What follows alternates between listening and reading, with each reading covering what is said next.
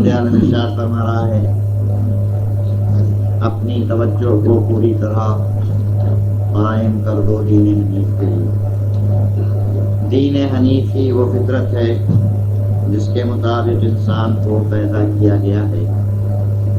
لا تبدیل لخلق اللہ، تخلیق الہی میں تبدیلی نہیں ہوتی۔ دو نظریے ہیں، ایک نظریہ تو یہ ہے کہ انسان کو فطری اعتبار سے اس میں کوئی فرق اور تمیز نہیں ہے کہ کون چیز اچھی ہے اور کون چیز بری۔ میں اپنے وجدان یا فطرت کے اعتبار سے یہ فیصلہ نہیں کرتا ہوں کہ نیک کیا ہے اور بد کیا ہے، بلکہ اچھائی اور برائی، نیکی اور بدی، یہ سب عادت اور ماحول کے تابع ہیں۔ انسان جب پیدا ہوتا ہے تو اس کا ذہن، اس کا نفس ایک سادے صفحے کی طرح ہوتا ہے جس پر کوئی فطرت کی طرف سے تحریر نہیں۔ جیسے آپ نے دیکھا ہوگا کہ اسکول میں بچوں کے پڑھانے کے لیے تختہ سیاہ ہوتا ہے، اس پر کچھ لکھا ہوا نہیں ہے، جو آپ لکھتے جاتے ہیں وہ بھرتا جاتا ہے۔ اسی طرح سے انسان جب پیدا ہوتا ہے فطرت کے اعتبار سے اس کا ذہن اور اس کا نفس بالکل سفید کاغذ کی طرح سادہ ہوتا ہے، فطرت اس پر کچھ نہیں لکھتی ہے، مگر ایک ماحول میں ہے، اس کا کوئی پرورش کرنے والا ہے، کوئی آغوش ہے جس میں وہ پل رہا ہے، کچھ لوگ ہیں جس میں وہ زندگی بسر کر رہا ہے۔ جیسا جیسا ماحول اس کے نفس کے اوپر گندا کرتا جاتا ہے وہی چیزیں ابھرتی جاتی ہیں، چونکہ عام طور کے اوپر اس کے کان میں یہ آواز جاتی رہتی ہے کہ جھوٹ برا ہے، لہذا وہ جھوٹ کو برا سمجھنے لگتا ہے۔ چونکہ وہ یہ سنتا ہے کہ دوسرے کا مال غصب کر لینا یہ بری بات ہے، لہذا اس کے ذہن پہ یہ ثبت ہو جاتا ہے کہ دوسرے کا مال غصب کرنا بری چیز ہے۔ ابتداءً انسان کچھ نہیں جانتا تھا کہ اچھائی کیا ہے اور برائی کیا ہے۔ تجربات کی بنا کے اوپر، ایک دوسرے سے رابطے کی بنا کے اوپر یہ اس کے ذہن میں رفتہ رفتہ برائی اور اچھائی کا تصور پیدا ہوا، اور جب ماحول میں کسی برائی یا اچھائی کا تصور پیدا ہو گیا تو اب جو بچہ آتا ہے چونکہ وہ اسی ماحول میں پیدا ہوتا ہے، لہذا وہ جو تصورات ماحول کے ہیں وہ اس کے ذہن پر بیٹھ جاتے ہیں۔ اگر اتفاق سے اس کی پرورش ایسے ماحول میں ہو کہ جہاں جھوٹ کو بڑا اچھا سمجھا جاتا ہو تو یہ جو بڑھے گا تو جھوٹ کو اچھا سمجھتا ہوا بڑھے گا۔ اگر اتفاق سے اس کی پرورش ڈاکوؤں کے ماحول میں ہوئی ہو، جن کی ذہنی ساخت یہ بن گئی ہو کہ دوسروں کا مال لوٹنا یہی اچھی چیز ہے، تو اس کے ذہن پر جو تصور اچھائی کا پیدا ہوگا وہ یہ ہوگا کہ دوسروں کا مال لوٹ کر کھاؤ یہی بڑی اچھی بات ہے۔ جیسے کہ عرب میں آپ قصائد دیکھ لیجئے کہ ان کے نزدیک ڈاکہ مارنا اور چھین لینا اور دوسروں کا مال لے لینا اس کے اوپر فخر ہے، ناز ہے۔ قصائد میں وہی تذکرے ملتے ہیں، یوں گئے، یوں لوٹا، یوں مارا، اس طرح سے لے کے آئے۔ اب ان کا ذہن اسی ماحول میں رنگا ہوا ہے اور ان کے نزدیک لوٹ مار کرنا ہی اچھی چیز ہے۔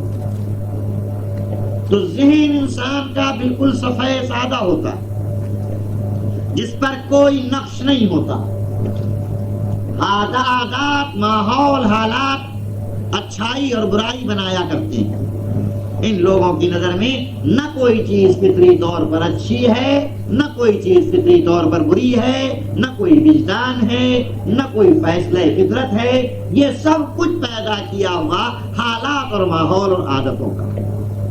جہاں پر جوئے کی عادتیں ہیں لوگوں کو، وہاں جوئے ہی اچھی چیز ہے۔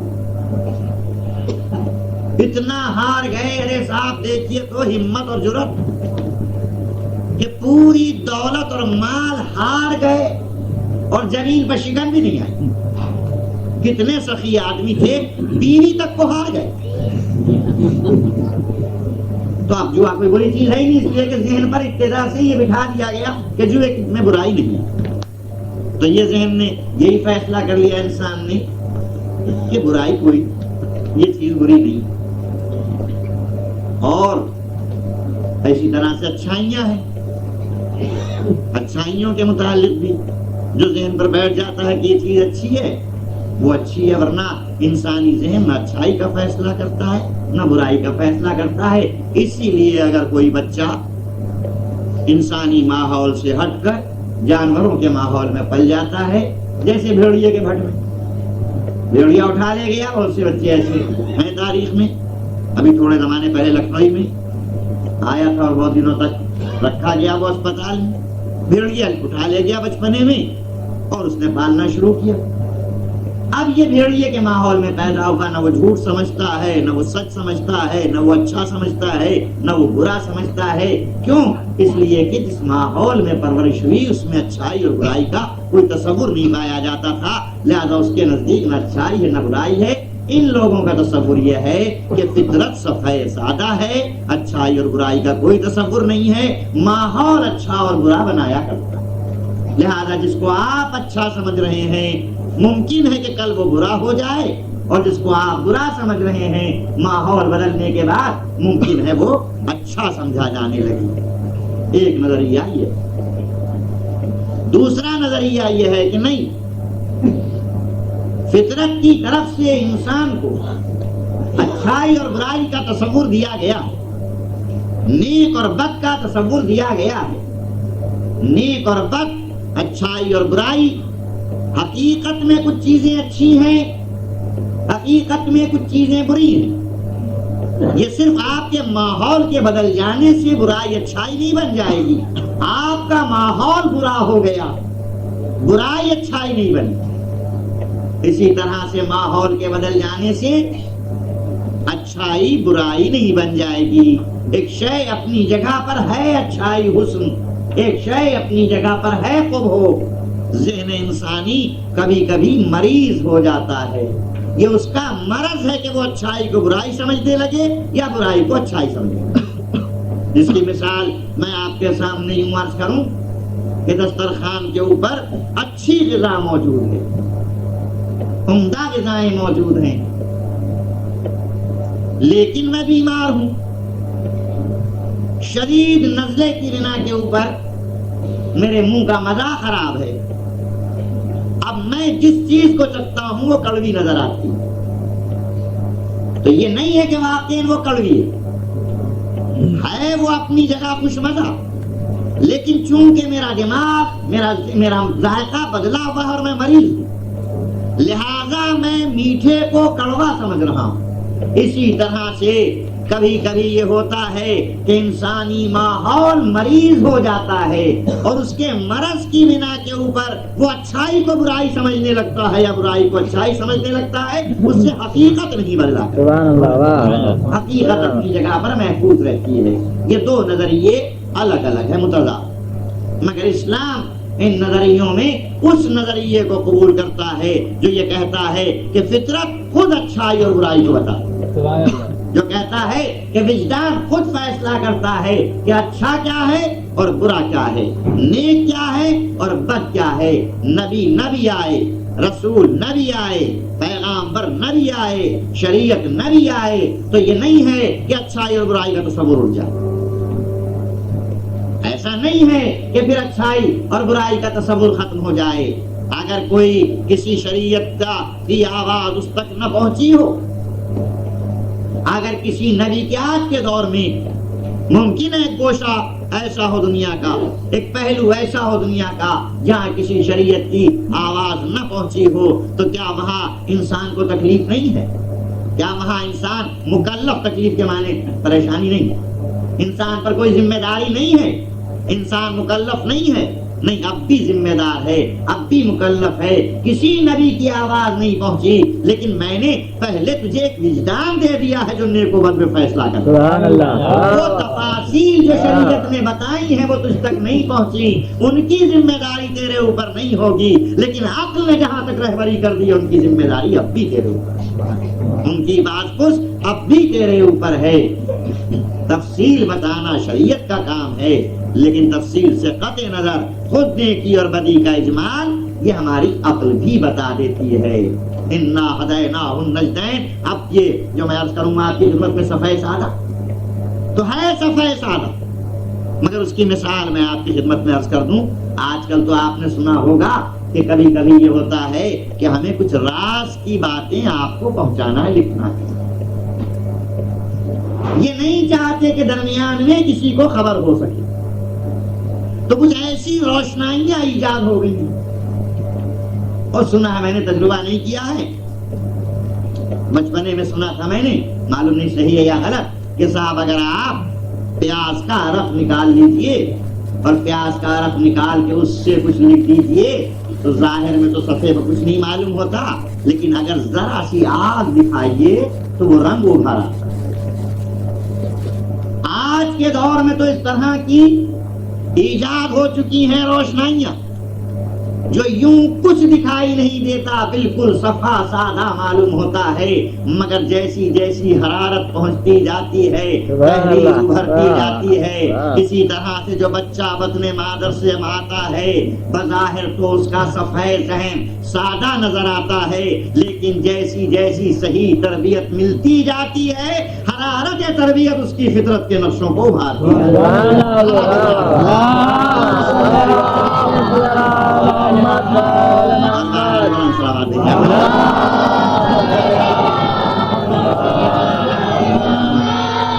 چنانچہ قرآن مجید میں اس کی تشریح موجود ہے، وَنَفْسٍ وَمَا سَوَّاهَا فَأَلْهَمَهَا فُجُورَهَا وَتَقْوَاهَا قَدْ أَفْلَحَ مَنْ زَكَّاهَا وَقَدْ خَابَ مَنْ دَسَّاهَا۔ مجھے نفس انسانی کی قسم اور اس کی قسم جس نے انسان کے نفس کو بنایا، اور یہ ہے انسان کے نفس کی عظمت اور بلندی کہ پہلے قسمیں کھائی گئیں، والشمس وضحاها، آفتاب کی قسم اور آفتاب کی روشنی کی قسم، والقمر اذا تلاها، چاند کی قسم اور چاند جب آفتاب کے پیچھے نکلے اس وقت کی قسم، دن کی قسم، رات کی قسم، ان تمام کائنات کی آیتوں کی قسم کھانے کے بعد آخر میں قسم کھائی جاتی ہے نفس انسانی کی کہ تو خود دیکھ لے کہ یہ کائنات کی عظمتیں ایک طرف ہیں، مگر تیرا نفس وہ ہے جو سب کے آخر میں پیش کیا جاتا ہے، جس کی بلندی سب سے زیادہ ہے، اور اس کے بعد اگر میں قسم کھاؤں گا تو کس کی؟ وما سواہا، اب نفس انسانی کے بعد قسم اس کی کھائی جائے گی جو نفس کا بنانے والا۔ صلوات بھیجیں آپ، نفس انسانی کی قسم اور اس کی قسم جس نے انسان کے نفس کو بنایا۔ فَأَلْهَمَهَا فُجُورَهَا وَتَقْوَاهَا، اور پھر انسان کے نفس کو الہام کر دیا ان چیزوں کا بھی جو اس کے لیے سبب فجور ہے، اور ان چیزوں کا بھی جو اس کے لیے سبب تقویٰ و پرہیزگاری ہے۔ تو یہ الہام کون ہے؟ یہ نبی کے ذریعے سے نہیں ہے، یہ الہام کون ہے؟ یہ رسول کے ذریعے سے نہیں ہے، یہ براہ راست الہام ہے جو ہر نفس کو کیا گیا ہے، جس میں فرعون کا نفس بھی ہے، جس میں نمرود کا نفس بھی ہے، جس میں حامان و شداد کا نفس بھی ہے، انسانی نفس۔ انا ہدیناہ النجدین بلا واسطہ، نبی کے ذریعے سے نہیں، انا ہدیناہ النجدین، میں نے خود انسانوں کو دونوں راہوں کی ہدایت کر دی ہے۔ اب یہ اس کا کام ہے کہ کبھی شکر گزار بن کے گزرتا ہے اور کبھی کفران نعمت کرتا ہوا گزرتا ہے، تو یہ ہے براہ راست ہدایت۔ اور اسی کی تشریح میں وہ حدیثیں ہیں جو ایک دو نہیں ہیں، متعدد حدیثیں ہیں، معتبر ترین حدیثیں ہیں، جس میں ارشاد ہوتا ہے کہ میں نے تمہارے لیے 2 طرح کے نبی بھیجے۔ سن لو ایک نبی نہیں ہے، تمہارے لیے 2 طرح کے نبی بھیجے۔ ایک نبی یہ ظاہر ہے اور ایک نبی یہ باطن ہے۔ ایک وہ نبی ہے جس کو تم آنکھ سے دیکھ سکتے ہو، جس کی زبان کو تم کان سے سن سکتے ہو، اور ایک ہے چھپا ہوا نبی جو دکھائی نہیں دیتا، جس کی آواز تمہارے کان میں نہیں آتی۔ نبی یہ ظاہر سے تو تم دور بھی ہو سکتے ہو، لیکن یہ نبی یہ باطن سے تمہارے لیے دوری ممکن ہی نہیں۔ فرماتے ہیں امام، نبی یہ ظاہر یہ انبیاء ہے جن کا سلسلہ بیس قائم ہے، اور نبی یہ باطن تمہاری عقل ہے۔ تو عقل کو خود نبی یہ باطن بنا کے بتایا گیا کہ نیکی اور بدی کا خود پیغام عقل سے بھی مل جاتا ہے۔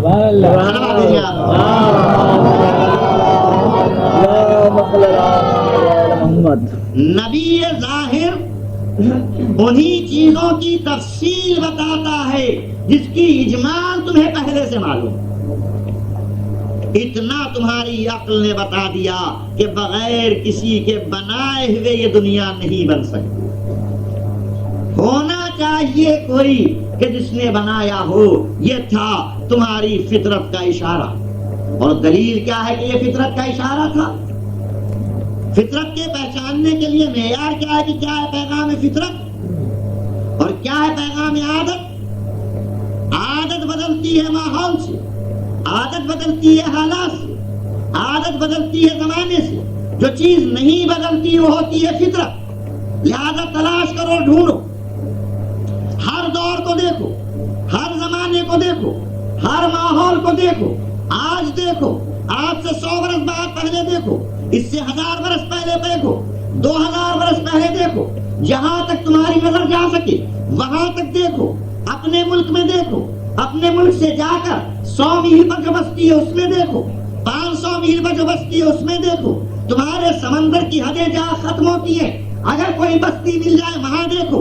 انسانی آبادی جہاں تک پھیلی بھی ہے وسعتوں کے لحاظ سے دیکھو، جب تک تمہیں ابتدا کے لحاظ سے اطلاع مل سکے اس دور کے لحاظ سے دیکھو۔ اور جب ہر زمانے میں تمہیں یہ نظر آئے کہ انسان کے ذہن میں تصور موجود تھا کہ کوئی پیدا کرنے والا اور خلق کرنے والا ہے، تو یہ تصور کی عمومیت دلیل ہوگی کہ یہ عادت نہیں فطرت ہے۔ اگر عادت ہوتی تو ایک زمانے میں ہوتی، دوسرے زمانے میں نہ ہوتی، دوسرے زمانے میں ہوتی اس سے پہلے نہ ہوتی، اس سے پہلے ہوتی اس سے پہلے نہ ہوتی، ایک ملک میں ہوتی، ایک قوم میں ہوتی، ایک شہر میں ہوتی۔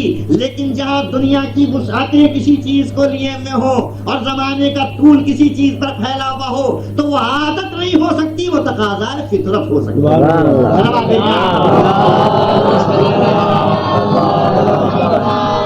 آج کا دور نہیں ہے جب انسان ایک دوسرے سے قریب ہو چکا، انسان ایک دوسرے سے متصل نزدیک ہو چکا۔ آج کے دور میں تو امریکہ کا چلا ہوا فیشن دوسرے مہینے میں لکھنؤ پہنچ جاتا ہے۔ کیوں؟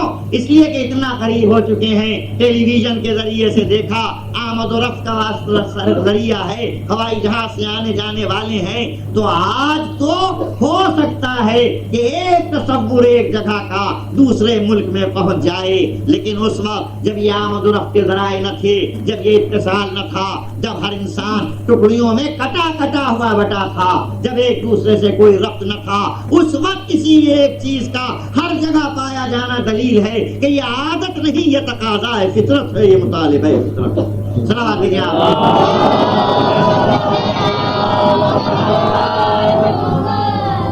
تو اب کیا ہوا؟ فطرت نے اتنا بتایا کہ بغیر کسی بنانے والے کے تو نہیں بنا ہے کوئی۔ آج آپ دیکھ لیں، جب بھی کسی ملک میں کھدائی ہوئی اور انہوں نے ثابت کیا کہ ہماری تہذیب بڑی پرانی 5000 برس پہلے کی عمارتیں نکلی، جب بھی کھدائی ہوئی، جب بھی کسی تہذیب کا پتہ چلا،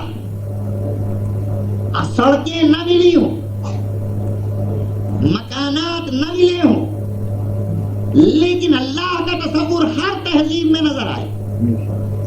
کوئی معبد ضرور نکل آیا، کوئی وہ شے جس کا سیدھا کیا جاتا ہو مورتی وغیرہ ضرور نکل آئی۔ یہ دلیل ہے کہ ہر دور اور ہر زمانے میں اللہ کا تصور موجود تھا، وہ مورتی کی شکل میں ہو، وہ چاند کی پرستش کی شکل میں ہو کہ چاند کی تصویر ہو، وہ سورج کی شکل میں ہو، کسی شکل میں بھی ہو، یہ تصور ضرور تھا کہ کوئی پیدا کرنے والا ہے جس نے خلق کیا ہے۔ یہ غلطی کیوں ہوئی؟ یہ غلطی اس لیے ہوئی کہ فطرت تفصیل نہیں بتاتی ہے، اجمال بتاتی۔ سبحان اللہ، اس نے اتنا بتا دیا کہ پیدا کرنے والا کوئی ہے۔ ابھی مثال سے مطلب واضح ہو جائے گا۔ بچہ بطن مادر سے باہر آیا اور آتے ہی اس نے رونا شروع کیا۔ یہ رونا کیا ہے؟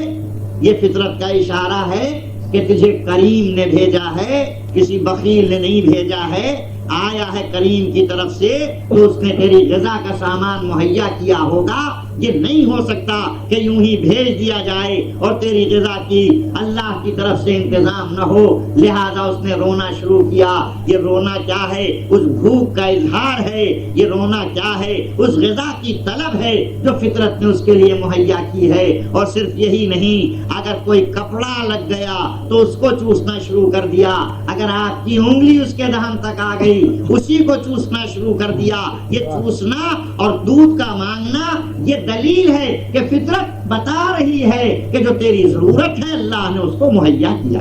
فطرت نے بتایا کہ تیری غذا موجود ہے، فطرت نے اشارہ کیا کہ تیری غذا موجود ہے، بس یہ اشارہ اجمالی تھا، ابھی تفصیل نہ جانتا تھا کہ وہ غذا کہاں سے ملے گی، اسی لیے کپڑے کو چوسنا شروع کر دیا، اسی لیے انگلی کو چوسنا شروع کر دیا، اسی لیے جو چیز دہن کے قریب آئی اس کو چوسنا شروع کر دیا۔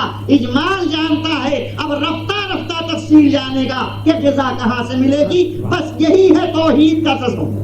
فطرت نے یہ بتایا کہ کوئی پیدا کرنے والا ہے، لیکن بچپنے کی ابتدا تھی، یہ نہ سمجھ سکا کہ وہ کون ہے۔ کبھی درخت کے سامنے سر جھک گیا، کبھی پہاڑ کے سامنے سر جھک گیا، کبھی آفتاب کے سامنے سر جھک گیا، کبھی خود کے سامنے سر جھک گیا، مگر فطرت نے اتنا بھی بتا دیا تھا کہ وہ پیدا کرنے والا فیض رساں ہوگا اور وہ فیض پیدا کرنے والا عظیم ہوگا۔ جن کو تم نے سجدہ کیا وہ کون؟ جن کو معبود بنایا وہ کون؟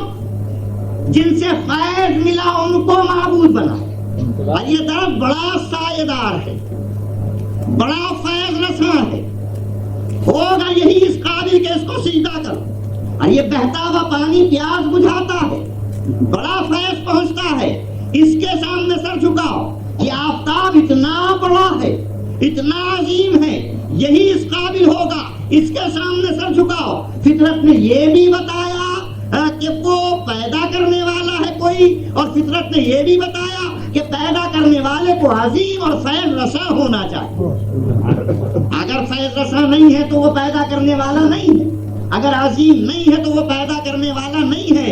اب یہ تم نہ سمجھ سکے کہ جن کو تم عظیم سمجھ رہے ہو یہ عظیم نہیں ہیں، ان کے مقابلے میں تو تم ہی پڑے، ان کے لیے تم نہیں پیدا کیے گئے ہو، یہ تمہارے لیے پیدا کیے گئے ہیں۔ یہ عظیم نہیں ہیں، ان کے مقابلے میں تم عظیم ہو۔ مقصد عظیم ہوتا ہے، وہ راستہ عظیم نہیں ہوتا جو مقصد تک پہنچانے والا ہوتا ہے۔ مقصد کائنات تم ہو، لہذا کائنات کے مقابلے میں تم عظیم ہو، یہ تم سے عظیم نہیں۔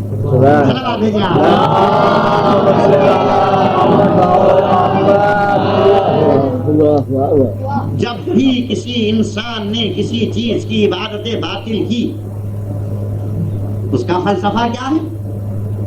اس کا فلسفہ یہی ہے کہ یا تو اس کا فیض دیکھ کر سر جھکائے، یا اس کی عظمت دیکھ کر سر جھکائے، یا اس کے خوف کی بنا پر سر جھکائے۔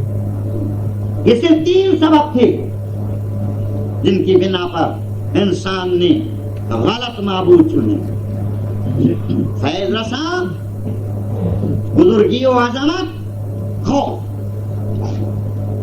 تو فطرت نے خود بتایا کہ اس کو چنو جو فیاض ہو، جس سے تمہیں فیض پہنچے، اس کو سنو جو عظیم ہو، اس کو سنو جو غالب ہو، جو چاہے جس کا اقتدار تم پر ایسا قوی ہو کہ سزا دے سکتا ہو تمہارے جرم، اگر سزا نہیں دے سکتا تو خوف کے کیا معنی؟ تو یہ تینوں چیزیں فطرت کے اشارے ہیں جو ہر انسان کی فطرت میں داخل ہیں۔ اب اس کی تفصیل نبی نے، اس کی تفصیل شریعت نے بتائی۔ فیض رسا کیسا ہونا چاہیے؟ جو رحمان الرحیم ہو۔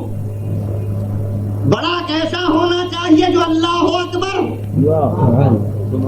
خوف کیسا ہونا چاہیے؟ جو قیامت کا مالک ہو، مالک یوم الدین ہو۔ جب یہ سب چیزیں جمع ہو جائیں، اشارات اور فطرت کا تفصیل کی شریعت کی جب آ جاؤ گے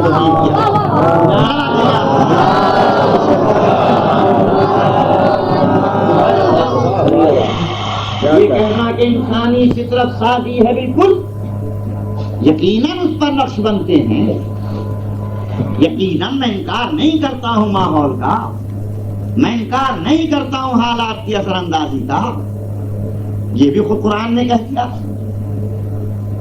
رسول کی حدیث نے بتا دیا، اور حدیث بھی وہ مسلم حدیث کہ جس سے کوئی مسلمان اختلاف نہ کر سکے، یعنی ان احادیث میں جس پر اجماع ہے کہ متواتر،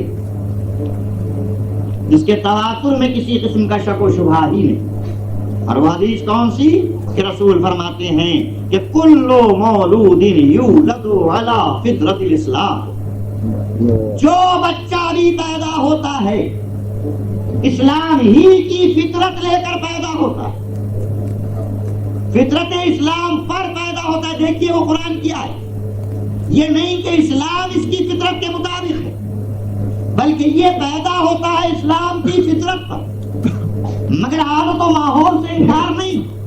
ابواہ یحودانہ وینصرانہ ویمجسانہ، ماں باپ اس کو کبھی یہودی بنا دیتے ہیں، کبھی نصرانی بنا دیتے ہیں، کبھی مجوسی بنا دیتے ہیں۔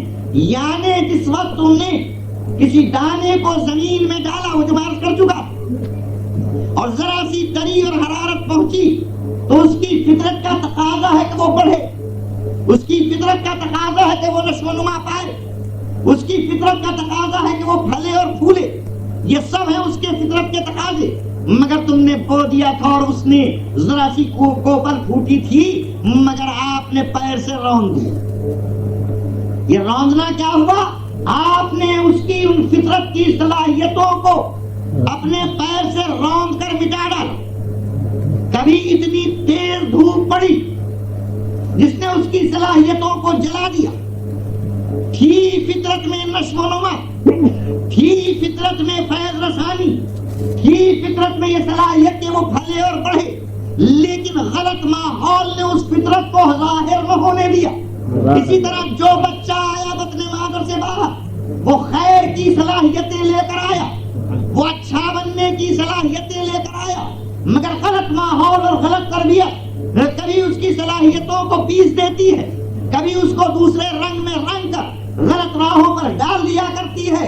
تو یہ غلط ماحول اور تربیت ہے جو صلاحیتوں کو ختم کرتی ہے اور انسان کی صحیح نشو و نما ہونے دیتی ہے۔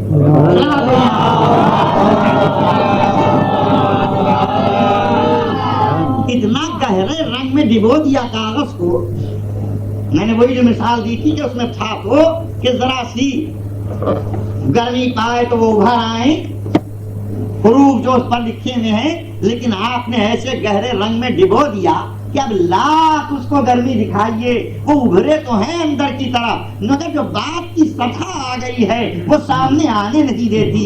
اسی طرح عادت و ماحول کبھی اتنا غالب آ جاتا ہے کہ فطرت کی صلاحیتیں نمایاں ہو ہی نہیں سکتی۔ میں نے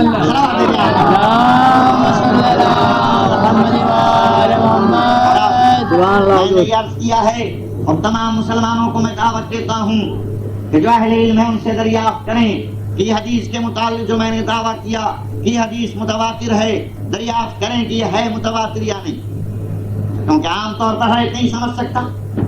میں تو ممبر پر آ کے جو چاہے اڑا دوں اور آپ کہیں گے کہ ٹھیک ہی کہا ہوگا۔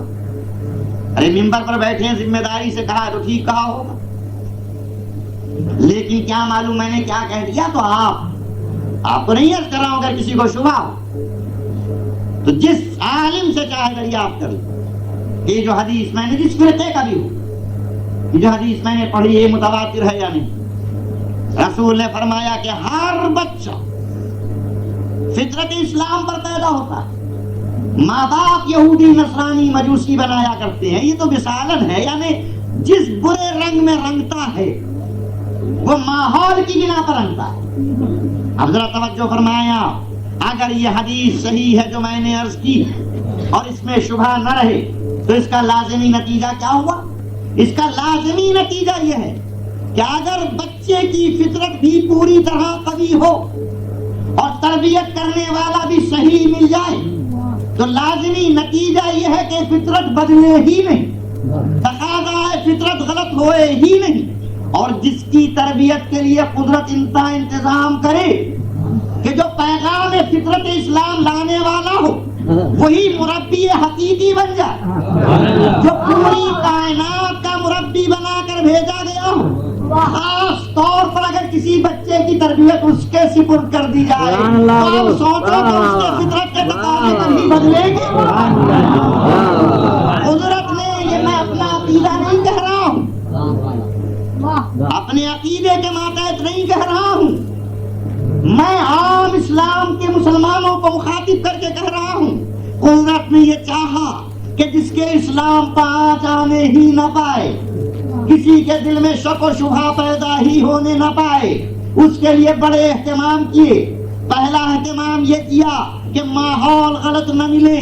ارے پیدا ہو تو پاک زمین پر، اور کون سی پاک؟ کعبے سے پاک تر زمین نہ ملے. عبادت کے لیے میرا گھر ہو، پہلی آب و ہوا ملے تو پرے جبریل کی ہوا ہو، لعاب دہن رسالت کا آب ہو، آغوش تربیت رسول میں پرورش ہو. اب جب اس آغوش میں پرورش ہو رہی ہے تو اس کے لیے یہ نہ پوچھنا کہ یہ کب مسلمان، یہ سوال اس کے لیے ہوگا کب مسلمان ہوا جو فطرت سے پلٹا تھا اور پھر آیا. سبحان اللہ. آیا پلٹ کے فطرت کے تقاضوں پر عمل نہ کیا تھا، پلٹ کے آیا تو پوچھا جائے کب مسلمان. لیکن جہاں فطرت کے مطابق ہی تربیت ہو، اگر مربی کسی کی آغوش رسالت ہو جائے تو اب اس کے لیے سوال نہ کرنا کہ وہ اسلام کب لایا. میرا تو دل چاہتا ہے کہ اسلام میں جتنے تفریقے ہیں وہ سب مٹ جائیں، اسلام میں جتنے اختلاف ہیں وہ سب مٹ جائیں. سب نہ مٹ جائیں تو کم سے کم تو ہو جائیں. ایک اختلاف یہ بھی ہے، بڑا جھگڑا ہے، کتابیں لکھی گئیں، اس کے اوپر تقریریں کی گئیں، اس کے اوپر نہ معلوم کتنے مضامین لکھے گئے کہ کون پہلے اسلام لایا. بڑا اختلاف کہ کون پہلے اسلام لایا.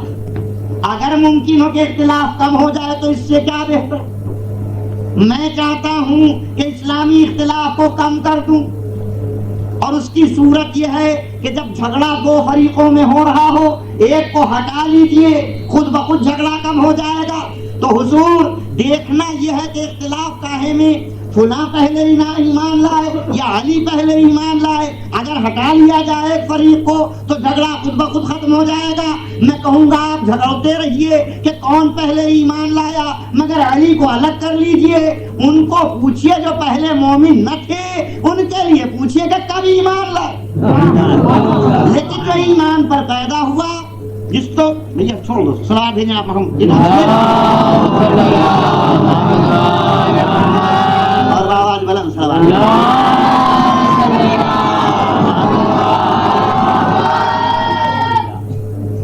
یعنی جب یہ معلوم ہے کسی کے لیے کہ پہلے مسلمان نہ تھا، اس کے لیے سوال ہو سکتا ہے کہ کب اسلام لایا. لیکن اگر کوئی فطرت اسلام پر پیدا ہوا ہو، پرورش کرنے والا رسول کا سا ہو. اور میں ایک بات اور عرض کرتا ہوں کہ اگر آپ کہتے ہیں کہ علی پہلے معاذ اللہ مسلمان نہ تھے اور 11 برس اور 12 برس یا 13 برس کے سن میں اسلام لائے ہیں، تو یہ اعتراض علی پر نہیں ہوگا، یہ اعتراض آغوش تربیت پر ہو جائے گا. ارے کہا تو یہی ہے حدیث نے کہ ماں باپ یہودی اور نصرانی اور مجوسی بناتے ہیں، تو ابو طالب کے لیے شک صحیح، رسول کے لیے تو شک نہیں ہے. تو جس کی آغوش رسول میں تربیت ہو رہی ہو، کیوں پوچھ رہے ہو کہ وہ کب اسلام لایا؟ جب سے رسول مومن ہے، جب سے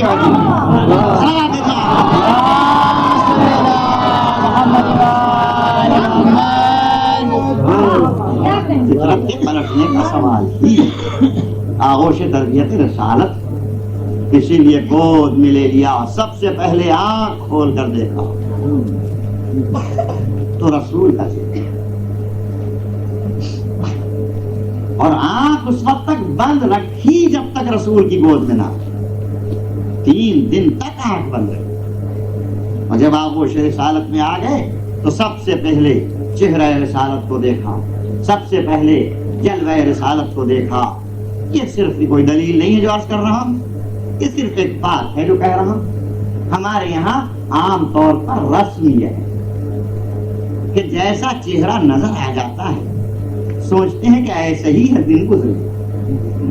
صبح کو اگر کوئی اچھا چہرہ نظر آیا خوش ہو گئے کہ آج دن بڑا اچھا گزرا، اور اگر کوئی صاحب آ گئے ایسے جن کے دروازے پر کبھی کوئی سائل بیچارہ مانگنے جاتے ہی ملے ہی کا نہیں یہاں، تو دل دھڑک گیا، دیکھیے آج دن کیسا گزرتا ہے۔ تو جیسا چہرہ پہلی مرتبہ نظر آ جاتا ہے سوچتے ہیں ویسے ہی دن گزرے، اور سال کی ابتدا میں بھی فکر یہی رہتی ہے کہ جب ابتدائے سال ہے کوئی اچھا چہرہ دیکھیں، اور مہینے کی ابتدا میں تو کچھ شریعت کی روایات نے بھی بتا دیا کہ جب پہلی کا چاند دیکھو تو ایسی چیز کو دیکھنا، اس پر نظر ڈالنا، اس پر نظر ڈالنا، کیوں مہینہ اچھا گزرے۔ تو معلوم ہوا کہ ہم نے مہینے کی ابتدا میں تو سوچ لیا کہ کیسا چہرہ دیکھ رہے ہیں، دن کی ابتدا میں تو سوچ لیا کہ کیسا چہرہ آ رہا ہے، سال کی ابتدا میں تو سوچ لیا کہ کیسے پر نظر پڑ رہی ہے، مگر عمر کی ابتدا میں اتنا ہوش نہ تھا، اس وقت اتنی فہم و فراست و سمجھ نہ تھی کہ ذرا غور کرتے کہ کیسے چہرے پر ڈالے۔ یہ ہماری نادانی تھی اور یہ علی کی دانائی تھی کہ بچپنے ہی میں سوچے کہ جیسی زندگی بسر کرنا ہے ویسے ہی چہرے پر نظر ڈالنا، چونکہ تصویر رسالت بن کے رہنا ہے، لہذا پہلی نظر بھی چہرے رسالت پر پڑے گا۔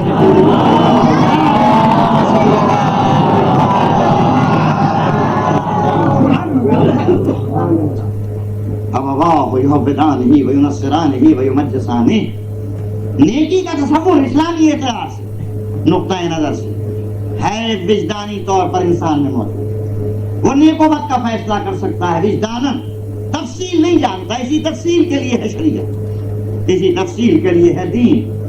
اتنا بتایا اس نے ہماری عقل نے کہ اگر تمہارا کوئی محسن ہے تو تقاضا احسان ہے اس کے سامنے سر جھکا، ایک مرتبہ احسان کیا، 2 مرتبہ نیکی کی، 3 مرتبہ خود بخود فطرت اس کے سامنے سر جھکوا دے۔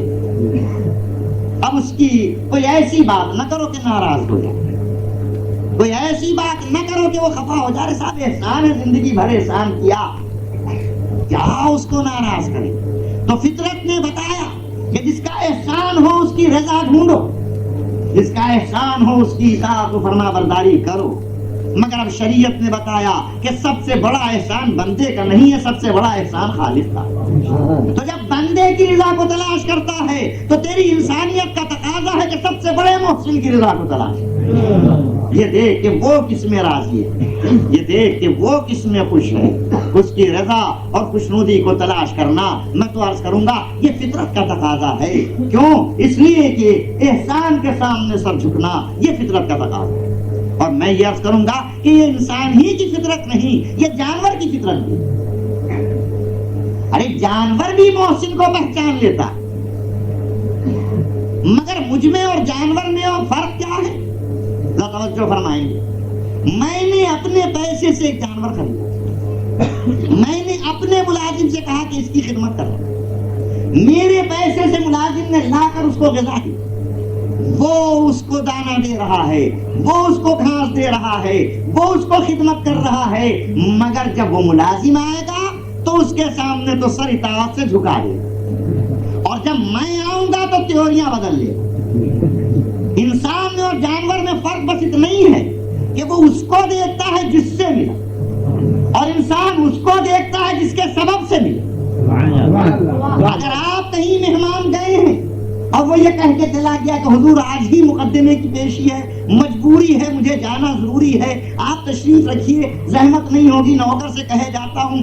پوری خدمت نوکر نے کی، چلتے وقت شکریہ آپ نے نوکر کا نہیں ادا کیا، میرا ادا کیا، کیونکہ میرے کہنے سے کہا ہے، میرے مال سے اس نے کیا ہے۔ تو معلوم ہوا انسان اور جانور کی فطرت تو اتنے مشترک ہے کہ محسن کے سامنے سر جھکاؤ، مگر فرق اتنا ہی ہے کہ جانور اس کو دیکھتا ہے جس سے ملا ہے، انسان اس کو دیکھتا ہے جس کے سبب سے ملا ہے۔ تو قدرت نے بھی یہی کہا کہ دیکھ یہ جانور ہوگا جو سامنے کی چیزوں کو دیکھ لے کہ کن سے ملا۔ ہوا سے فیض ملا، آفتاب کی شعاؤں نے فیض پہنچایا، پانی نے فیض پہنچایا، درختوں نے فیض پہنچایا، مگر یہ تو وہ دسترخوان ہے جو کسی منعم نے بچھا دیا۔ ارے دسترخوان کو سیدھا کرنا، اگر سر جھکانا ہے تو منعم کے سامنے سر جھکا جس نے یہ دسترخوان بچھا کر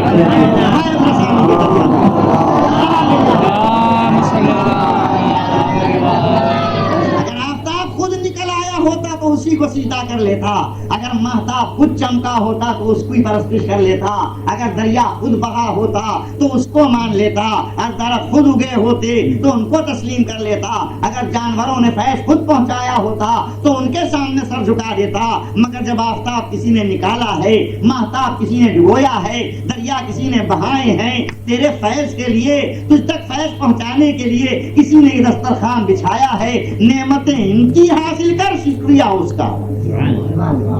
اب یہ شکریہ کیوں کر ادا کیا جائے، اس طرح ادا کیا جائے شکریہ۔ شکریہ کے لیے بھی ضرورت ہے کہ اس کو پہچانو جس کا شکریہ ہے، ورنہ آپ اگر نہیں جانتے ہیں اور آپ کے سامنے آ گئے ڈی ایس پی صاحب، ایس پی صاحب، اور آپ کی نظر میں بس آپ کے محلے کے تھانے دار ہی صاحب سب سے بڑی شخصیت ہیں، اور ان سے کوئی آپ کی مدد ہو جائے تو دعا یہی کریں گے کہ اللہ تھانے دار بنے، اس سے زیادہ دعا نہیں کر سکتے۔ کیوں؟ اس لیے کہ جتنی معرفت ویسی ہی دو۔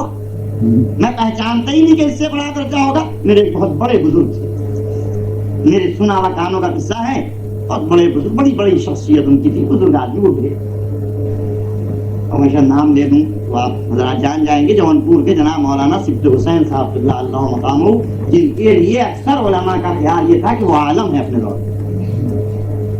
ان کا جناب قصہ ہے، میرا بچپنا تھا، ان کے بھانجے یا بھتیجے نے بی اے کا امتحان دیا اور اچھے نمبروں سے پاس ہوئے، خوش ہو کے سب خوش تھے، اور ان تک کی خبر پہنچی کہ بی اے ہوگا، مگر ان کے دور میں جو آخری درجہ سمجھا جاتا تھا وہ بس وہ میڈٹ۔ چنانچہ سب خوش ہو رہے تھے، کاہے کے لیے بھائی کیوں خوش ہو رہا ہو، کیا ماشاءاللہ اس نے آپ کے پوتے نے بی اے پاس کر لیا، بی اے ہو گیا ہے۔ تو انہوں نے یہی کہا تھا بی اے تو میں جانتا نہیں، مڈل بھی پاس کیا، کیونکہ ان کی نظر میں آخری درجہ یہی تھا، اس سے اونچی کوئی چیز ہی نہیں۔ تو انسان جب تک جانے نہیں صحیح شکریہ ادا نہیں کر سکتا، لہذا ضرورت تھی کہ جب تجھے منعم کا شکریہ ادا کرنا ہے، نہیں کر سکتا جب تک جانے نہیں، تو کچھ پہچاننے والے آئے جو بتائیں کہ اس کا شکریہ کس انداز سے ادا کرنا چاہیے، اور یہ آنے والے انبیاء ہیں، اور وہ شکریہ وہ شریعت ہے جس پر عمل کرنے کا طریقہ۔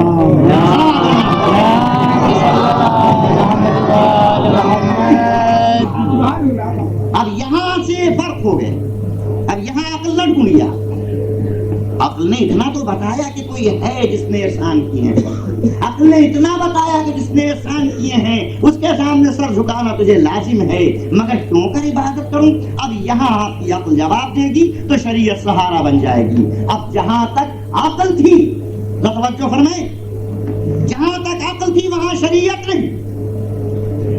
اگر میں کہنے سے نبی کے مانوں کہ اللہ ایک تو مومن نہیں، اگر میں کہنے سے کسی کے مانوں وہ بڑی سے بڑی شخصیتوں کی رسول تو میں مومن نہیں۔ جہاں تک اصول دین کا تعلق ہے عقل سے سمجھو، وہاں کہنا نہیں چلتا، لیکن اب جہاں عقل نے خود نبی کے در تک پہنچا دیا، اب وہاں عقل کو دخل نہ دو، وہاں نبی سے مانو۔ اب یہ نہ پوچھو کہ صبح کی 2 رکعت کیوں، اب یہ نہ پوچھو کہ عصر کی 4 رکعت کیوں، اور عشاء کی 4 رکعت کیوں، اور مغرب کی 3 رکعت کیوں، اس لیے کہ تیری عقل نے نبی کے در تک پہنچا دیا ہے۔ اب وہ بتائے گا کہ تفصیل اطاعت کیا ہے اور کس طرح۔ ہمارا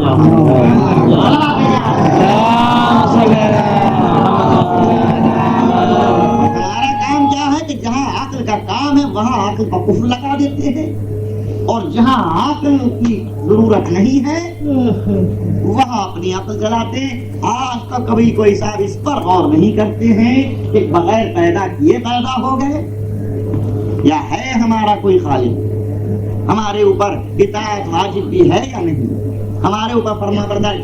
یہ سوالات چلتے ہیں شریعت کی جزئیات, یہ حرام کیوں ہے اور وہ واجب کیوں ہے اور اتنا ہی حرام کیوں ہے اور اس کے فلاں چیز جو ہے وہ کیوں نہیں حرام ہے اور یہ کیوں نہیں واجب ہے. ارے تو نے اپنے نفس کی مصلحتوں کو کب سمجھا ہے؟ ان سے غلطی ہو سکتی ہے, ان پر بھروسہ کرتے ہو, تو جس سے غلطی نہیں ہو سکتی اس پر کیوں نہیں بھروسہ ہے؟ اب یہاں یہ سوالات روز چونکہ مجھ سے ہوا کرتے کہ صاحب یہ کیا, سو گئے تو وضو گائے,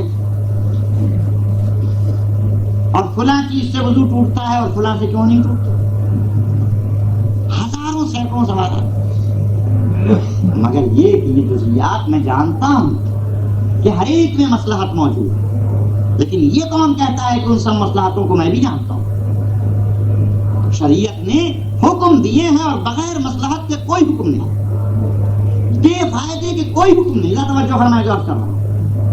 اور مصلحتوں اور فائدوں کو اگر اس نے بتا دیا ہوتا تو میں بھی بتا, مگر اس نے حکم دیے یہ کہہ کر کہ تمہارے ہی فائدے کے لیے حکم دے رہا ہوں, مصلحتیں چھپا رہا. اے مالک, اگر ساتھ ہی ساتھ فائدے بھی بتا دیتا تو عمل کرنے میں اور آسانی ہو جاتی. یہ تو تم نماز پڑھ لیتے ہو, اٹھنا بیٹھنا یہ بڑی اچھی ورزش ہے. میں سوچتا بڑی اچھی ورزش ہے, اس سے بہتر تو ورزش ہے ہی نہیں. چلو 2 رکعتوں کے بجائے آج 25 رکعتیں پڑھ لوں گا. مگر تو نے خالی حکم دیا, فائدہ نہ بتائے, تو جواب ملے گا کہ اگر فائدہ بتا دیتا تو پھر تجھے ثواب کہاں کروں. تیرے سامنے وہ فائدہ ہوتا, اس کے لیے کام کرتا, ثواب مل جاتا, پھر میری اطاعت کہاں.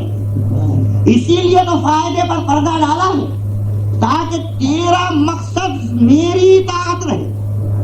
عمل کا فائدہ تجھے ملے گا, میری اطاعت مقصد ہوگی, لہذا اجر و ثواب کا حقدار ہے. میں نے آپ سے کہا, شاید یہ مثال دے چکا ہوں, میں نے آپ سے کہا کہ یہاں سے 5 میل فلاں جگہ اتنی دور جائیے اور دیکھیے وہاں ایک اتنا بڑا برگد کا درخت ہے, اور اس برگد کے درخت سے دہنے ہاتھ کو 3 گز ناپ کے زمین کھو دیے. جب میں آ رہا تھا تو مجھے ڈر لگ رہا تھا, میرے پاس روپیہ بہت تھا, مجھے ڈر لگ رہا تھا کہ راستے میں کوئی لوٹ نہ لے. میں وہاں پر اپنا روپیہ گاڑ آیا ہوں, 2000 روپے ہیں, جائیے آپ کو دیے, آپ کھود کے نکال لیجیے گا. سنتے ہی آپ دوڑتے, مجھ پر اعتبار تھا کہ مذاق نہیں کر رہے ہیں, جھوٹ نہیں بول رہے ہیں, دوڑتے ہوئے تیزی سے گئے اور جا کر وہیں پر کھودا, روپے مل گئے اور خوشی خوشی چلے آئے. کیا فیصلہ ہوا کہ آپ میرے کہنے سے گئے ہیں, روپے کی لالچ میں گئے؟ معلوم نہیں, میرے کہنے سے گئے, میں نے کہا تھا جائیے اس لیے گئے ہیں, یا روپے کی لالچ میں گئے کیونکہ وہاں روپے بھی تو ملنے والے. لیکن اگر میں نے فائدے پر پردہ ڈال دیا, میں نے کہا بھیا مجھے آپ مانتے ہیں, میرا کہنا آپ مانیں گے, کہا جی ہاں جو حکم دیجیے. میں نے کہا تو پھر چلے جائیے دھوپ میں فلاں جگہ, اور وہاں جا کے درخت کے اوپر وہاں جائیے اور وہی سب صفتیں بتا کے وہاں زمین کھود دیا.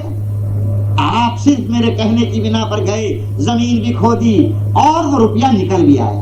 اب آپ ہنستے آئے کہ صاحب آپ نے تو بتایا بھی نہیں تھا, وہاں مجھے دولت مل گئی. دولت ملی آپ کو, لیکن کیا اطاعت پکڑ پایا؟ آپ کو پتا نہ تھا کہ کیا ملے گا, آپ تو میرے حکم کے ماتحت گئے. قدرت نے یہی کہا کہ جو حکم دوں گا بے فائدے کے نہ دوں گا, ہر ایک میں کوئی مصلحت ہوگی, مگر فائدے پر پردہ ڈالوں گا تاکہ تیری اطاعت پر آنچ نہ آنے پائے, تیری نیت بدلنے نہ پائے. تو میرے لیے کرو, جب میرے لیے کرے گا تو میں اجر بھی دوں گا اور جزا بھی دوں گا.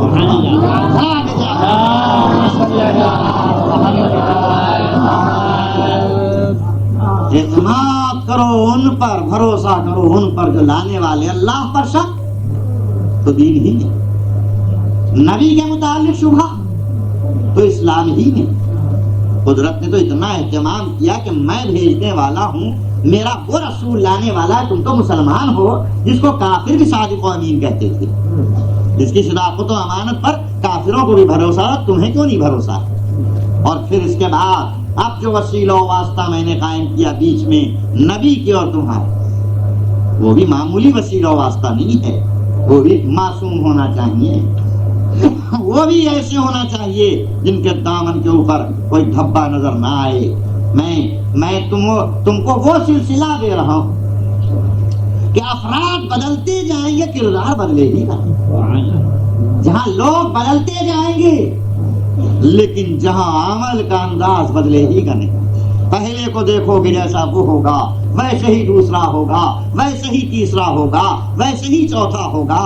حضور کسی خاندان میں ایک پیدا ہو جاتا ہے تو زندگی بھر ناز کیا جاتا ہے ہمارے دادا فلاں, اور جیسا دادا تھا ویسا باپ نہیں تھا.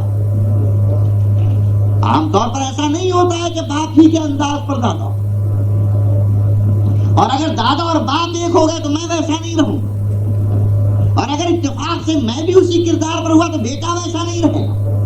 ایک دو نسلوں میں طریقہ اور انداز بدل جاتا ہے, لیکن یہ اعجاز ہے نسل محمدی کا.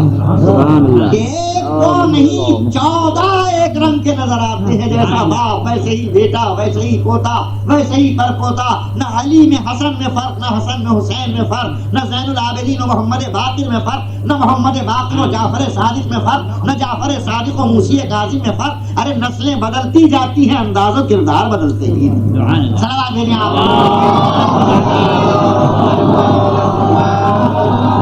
بس میں اب کرنا چاہتا ہوں کہ چلنے والے بدلتے ہیں تو ہر قدم کے ساتھ نقش قدم بدل جاتا ہے. جتنے قدم ہوں گے اتنے نقش قدم, مگر یہ اعجاز نسل محمدی ہے کہ قدم بدلے نقش قدم نہ بدلے. جس کو دیکھو ایک انداز, جس کو دیکھو ایک سیرت. زمانہ بدلنے سے زندگی بدل جاتی ہے.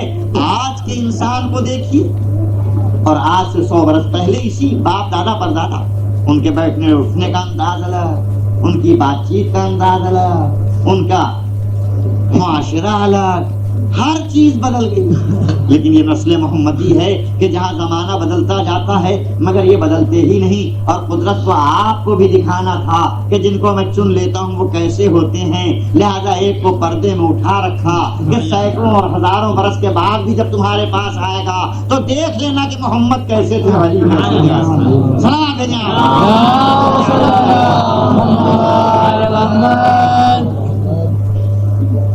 جو دیکھنے والے ہیں وہ پہچان رہے ہیں امام محمد باقر علیہ السلام. بچپنے کا زمانہ ہے. جناب جابر ابن عبداللہ انصاری, ان کا بڑا مرتبہ ہے, صحابہ نبی میں ہے, بڑا مرتبہ ہے. اور ان کو شرف یہ ہے کہ خود رسول نے ان سے پیشین گوئی کی تھی کہ اے جابر تم میری نسل کے 5ویں تک پہنچو گے جس کا نام میرا نام. اور یہ منتظر ہیں امام محمد باقر کے. آئے زیارت امام زین العابدین کو, دیکھا ایک بچہ بچوں میں کھیل رہا ہے.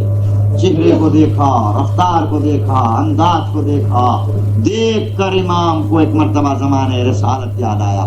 کہا ذرا آگے تو بڑھیے. آگے بڑھنے کا انداز دیکھا, ذرا پلٹ کے جائیے, چلنے کا انداز دیکھا.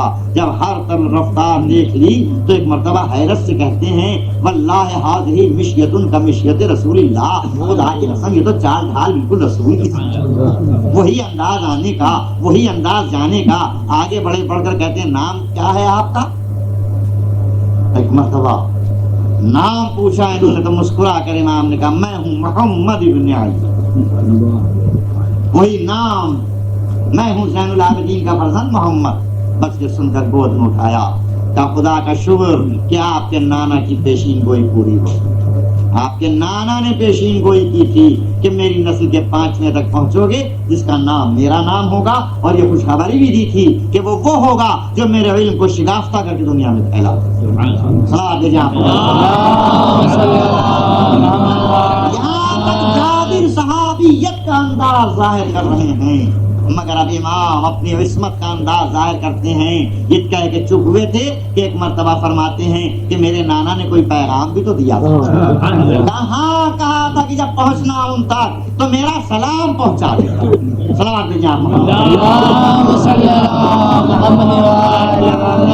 پہنچا دینا. یہ ہیں نسل محمدی میں 5ویں, مگر وہی انداز, وہی رفتار. اور میں سچ عرض کرتا ہوں کہ یہاں تو عصمت ذمہ دار تھی. تقاضا عصمت تھا کہ کردار نہ بدلے, عمل نہ بدلے. لیکن میں تو اس خاندان میں ایسوں کو بھی دیکھتا ہوں جو معصوم نہیں ہیں, جو امام نہیں ہے مگر پھر بھی کردار وہی ہے، انداز وہی ہے، اور میں اور آپ نہ کہوں جہاں کردار و انداز کی گواہی خود امام دے رہا ہو، معصوم دے رہا ہو، وہ جو آغوش میں پلا ہو، وہ جس نے رسول کے دوش پر پرورش پائی ہو، وہ کہہ رہا ہو۔ اور اگر میں آپ کو میں چھوٹی زبان ہے کیا عرض کروں، اگر میرے پاس سند نہ ہوتی کہ عصمت منحصر ہے 14، تو یہ دلیل ایسی تھی کہ میں اس دلیل کی بنا پر عصمت کا قائل ہو جاؤں، لیکن چونکہ منحصر ہے عصمت 12 امام اور فاطمہ زہرا میں رسول کے بعد، اس دلیل کی بنا پر میں نہیں کہہ سکتا، ورنہ یہ معصوم کا کہنا کہ جناب علی اکبر کے لیے خلق صورت اور چیز ہے، یہ کہہ سکتے تھے کہ صورت میرے نانا کسی ہے، یہ کہہ سکتے تھے کہ تم میرے نانا کی تصویر ہو، صورت ہو جانا اور چیز ہے، لیکن خلق صورت و سیرت سب میں اشبہ الناس، سب سے زیادہ رسول سے مشابہ یہ ہے کردار علی اکبر کے لیے وہ عظیم سند جس سے بڑی کوئی سند مل ہی نہیں سکتی، اشبہ الناس خلقا و خلقا و منطقا برسول اللہ، تمام انسانوں میں سب سے زیادہ خلق کون ہے؟ انک لعلی خلق عظیم، جس کے لیے اللہ نے کہا ہے میرے نبی تم خلق عظیم پر فائز ہو، اور اب حسین کہہ دیں کہ تمام انسانوں میں سب سے زیادہ خلق پر فائز، سب سے زیادہ رسول سے خلق میں مشابہ، خلق میں مشابہ، خلق میں مشابہ، صورت مطابق، سیرت میں مشابہ۔ خود فرماتے ہیں اے علی اکبر جب مجھے رسول کو دیکھنا ہوتا تھا تو تمہیں دیکھا جب زیارت رسول کرنا چاہتا ہوں تمہیں دیکھتا تھا، اور اسی لیے میں یہ دیکھتا ہوں کہ جو اضطراب، جو پریشانی، جو صدمہ، جو انداز علی اکبر کو رخصت کرنے کا تھا وہ کسی کے رخصت کرنے کا نہ تھا۔ میرا خیال یہی ہے کہ جوان بیٹا ہونے کی حیثیت سے نہ تھا، تصویر رسول ہونے کی حیثیت سے میں نے نہیں دیکھا۔ حضرات علماء موجود ہیں اور ان کی نظر مجھ سے زیادہ وسیع ہے، مگر میں نے نہیں دیکھا کہ حسین نے کسی کو خیمے میں رخصت ہونے کے لیے بھیجا، بلکہ رخصت صرف حسین ہی کے لیے ملتی ہے، اور کسی دوسرے کے لیے خیمے میں رخصت کے لیے جانا نہیں ملتا۔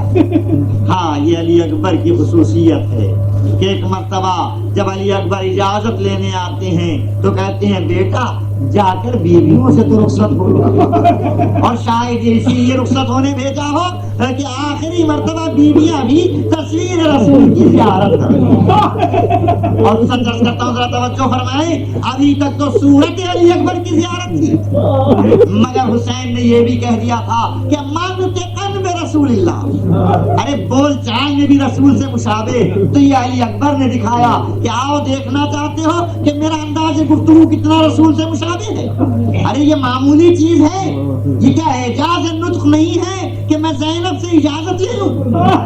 کیا یہ نطق کا اعجاز نہیں ہے کہ میں ام لیلا اور رباب اور سکینہ اور رقیہ سے اجازت لے لوں؟ کاہے کی اجازت؟ مرنے کی اجازت رباب سے لینا، ام لیلا سے لینا، زینب کو راضی کرنا کہ مجھے مرنے کی اجازت دے دیجیے، یہ معمولی چیز نہیں ہے۔ کس طرح علی اکبر نے سمجھایا ہوگا، کس طرح ماں سے اجازت لی ہوگی، کس طرح پھوپھی سے اجازت لی ہوگی، اور میں نہیں جانتا کہ جب سکینہ نے دامن پکڑا ہوگا کہ بھیا کہاں جا رہے ہیں تو علی اکبر نے کس طرح سمجھایا ہوگا، بیویوں کو کس طرح تسلیم دی ہوگی، مجھے کچھ نہیں معلوم، روایت میں کہیں تشریح نہیں ہے، مگر ہاں انداز رخصت کے لیے صرف ایک لفظ ہے جس سے پتہ چل جاتا ہے کہ علی اکبر کیوں کا رخصت ہوئے تھے، اور تفصیل تو نہیں ہے، مگر حمید ابن مسلم کہتا ہے کہ بہت دیر سے حسین کے لشکر سے کوئی نکلا نہ تھا، میں دیکھ رہا تھا کہ اب تو سناٹا ہے، اب حسین کس کو بھیجیں گے۔ ایک مرتبہ میری نظر جو پڑی تو میں نے دیکھا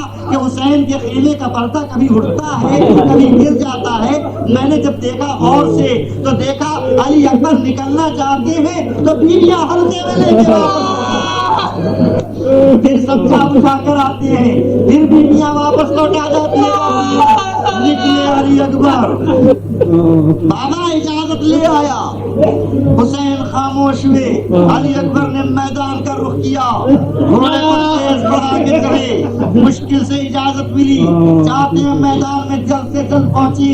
ایک مرتبہ جب گھوڑے کی ٹاپیں تیزی سے زمین پر پڑ رہی تھی تو انہی ٹاپوں کے ساتھ ایک نحیف آواز سنائی دی, ہائے بیٹا ہائے. علی اکبر مڑ کے دیکھا تو باپ کمر پکڑے ہوئے پیچھے چلے آ رہے ہیں. بابا آپ تو اجازت دے چکے تھے, ارے اب کیوں آ رہے ہیں؟ جب تک سامنا رہے مڑ مڑ کے دیکھتے جانا, بس میں عرض کر چکا. ہاں حضرات, حسین مرد بھی ہیں اور حسین امام بھی ہیں, صرف مرد و امام ہی نہیں, حسین کی علی اکبر کے علاوہ اور اولادیں بھی ہیں, زین العابدین بھی ہیں, بچیاں بھی ہیں. مگر آپ غور فرمائیں کہ حسین کا جب یہ عالم تھا تو اگر کسی بیوی کا یہ ایک ہی فرزند ہو, اس کے علاوہ کوئی اور دنیا میں اس کے لیے سہارا نہ ہو. ارے ماں کی محبت باپ کے مقابلے میں زیادہ ہوتی ہے, اور لیلا کا بس علی اکبر کے علاوہ کوئی نہیں. ایک بچہ اکیلا, ماں کے دل پر کیا گزری ہوگی, لیکن لیلا نے اس گھرانے کی عظمت کو محفوظ رکھا. علی اکبر نکل گئے, لیلا خیمے سے نہ نکلی. آج دل مجبور ہوا تو کیا کیا, در خیمہ پر آ کر بیٹھ گئی, خیمے سے نہیں نکلی. پردے داری کا یہ عالم کہ خیمے کا پردہ بھی اس طرح نہیں ہٹایا کہ میدان کو دیکھ سکے, بس ذرا سا ہٹا دیا. لیلا در خیمہ پر ہے, علی اکبر میدان کی طرف ہے, سامنے کرسی پر حسین بیٹھے ہیں. لیلا علی اکبر کو تو نہیں دیکھ رہی ہے, مگر حسین کے چہرے پر ٹکٹکی والے. ارے چہیتا بیٹا ہے, اگر میرے بچے پر کوئی آنچ آئے گی تو باپ کے رنگ کو بدل جائے گا, باپ کے چہرے سے معلوم ہو جائے گا. لیلا حسین کو دیکھ رہی تھی, ایک مرتبہ حسین کے چہرے کا رنگ ہو گیا. ماں نے گھبرا کر کہا, اے مولا میرے بچے کی خیر تو ہے, اے مولا علی اکبر زندہ تو ہے. کہا لیلا علی اکبر زندہ ہے, مگر ایک بہادر کا مقابلہ ہے. اے لیلا مجھے خیال بس اتنا ہے کہ میرا بچہ 3 دن کا پیاسا ہے, ذرا جا کر دعا کرو. میں نے نانا سے سنا ہے کہ ماں کی دعا اولاد کے حق میں قبول ہوتی ہے. لیلا سہنے خیمہ میں آئی, سر کے بال کھولے, بیویوں کو جمع کیا. اے بی بی آئیے, اے بی بی زینب, اے بی بی ام کلثوم, اے بچی سکینہ آؤ, ارے میں دعا کرتی ہوں, میں دعا کرتی ہوں, تم سب آمین کہو. لیلا نے دعا کرنا شروع کی, بیویوں نے آمین کہی, دعا ختم ہوئی تھی. حسین نے آ کے مبارکباد دی. لیلا بس خدا مبارک کرے, علی اکبر کو فتح ہوئی. اب آگے نہیں عرض کرنا چاہتا. ہاں یہی وہ وقت تھا کہ شاید عاشور کے دن نہیں, کربلا میں آنے کے بعد شاید پہلی مرتبہ بیویوں کو ذرا خوشی محسوس ہوئی ہو. سنا ہوگا کہ علی اکبر کامیاب ہو گئے, مگر ابھی لیلا نے اپنے آنسو نہ پوچھے تھے کہ ایک مرتبہ میدان سے آواز آتی ہے, یا سلام, اے بابا علی اکبر کا سلام آخر قبول ہو. حسین ارے کیوں گھر پہنچی, علی اکبر کے لاشے پر کمر جواب.